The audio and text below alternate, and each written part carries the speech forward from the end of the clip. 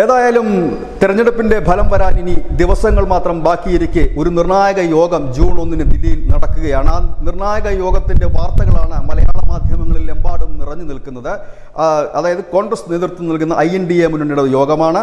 അവിടേക്ക് മന്ത്രിമാരെ നിശ്ചയിച്ചു തുടങ്ങിയിരിക്കുന്നു നമ്മുടെ മലയാള മാധ്യമങ്ങൾ. ഇപ്പോൾ ഇന്നലെ വൈകി നമുക്ക് ചില മാധ്യമങ്ങളിൽ നിന്ന് മനസ്സിലാക്കാൻ കഴിഞ്ഞത് ഉപപ്രധാനമന്ത്രി കേരളത്തിൽ നിന്നാകും, അത് ലീഗിന് നൽകുമെന്നാണ്. കുഞ്ഞാലിക്കുട്ടിയുടെ പേരുമൊക്കെ അതിന് ഉയർന്നു കേൾക്കുന്നുണ്ട്. ചില ഓൺലൈൻ മാധ്യമങ്ങളൊക്കെ അത് വലിയ രീതിയിൽ ആഘോഷിക്കുന്നതുമുണ്ട്. ഏതായാലും ഇന്ന് പുലർച്ചെ കേട്ട മറ്റൊരു വാർത്ത, ഈ INDA മുന്നണി യോഗത്തിലേക്ക് പ്രധാനമന്ത്രി, അതായത് മറ്റൊരു പ്രധാനമന്ത്രി, ഒരു പ്രധാനമന്ത്രി രാഹുൽ ഗാന്ധിയാണ്, മറ്റൊരു പ്രധാനമന്ത്രിയായ മമതാ ബാനർജി വരുന്നില്ല.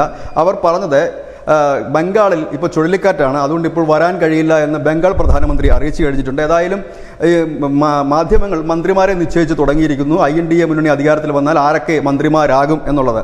ഏതായാലും മന്ത്രിമാർ അനവധി ഉണ്ടാകും. കേരളത്തിൽ നിന്ന് കൂടുതൽ മന്ത്രിമാരെ ഇതിൽ ഉൾപ്പെടുത്തണം എന്നൊരു ആവശ്യമാണ് നമുക്കുള്ളത്. പ്രത്യേകിച്ച് കേന്ദ്രത്തിലേക്കുള്ള വിദ്യാഭ്യാസ വകുപ്പിൻ്റെ കാര്യം നോക്കാൻ കാര്യപ്രാപ്തിയുള്ള അനവധി പേർ നമ്മുടെ കേരളത്തിൽ ഉണ്ട്. കേരളത്തിൽ മന്ത്രിമാരും മറ്റുമായിട്ട് അനവധിയുണ്ട്. അതുപോലെ തന്നെ റോഡ് ഗതാഗത വികസനത്തിനും മറ്റുമൊക്കെ പറ്റിയ മന്ത്രിമാരുണ്ട്, ഇല്ല നേതാക്കന്മാരുണ്ട്. അങ്ങനെ സർവ്വ രീതിയിലും പ്രാഗൽഭ്യം തെളിയിച്ച അനവധി ആളുകൾ, നേതാക്കന്മാരൊക്കെ നമ്മുടെ കേരളത്തിലുള്ളപ്പോൾ തീർച്ചയായും INDA മുന്നണി രൂപീകരിക്കുന്ന രാഹുൽ ഗാന്ധിയാണോ ആരാണ് എന്നറിയില്ല.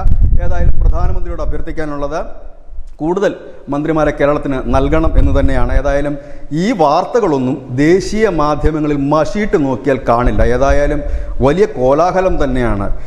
പറ്റിക്കാനാണെങ്കിലും ഇങ്ങനെയൊന്നും പറയരുതെന്ന് മാത്രമാണ് പറയാനുള്ളത്. News desk, news India Malayalam.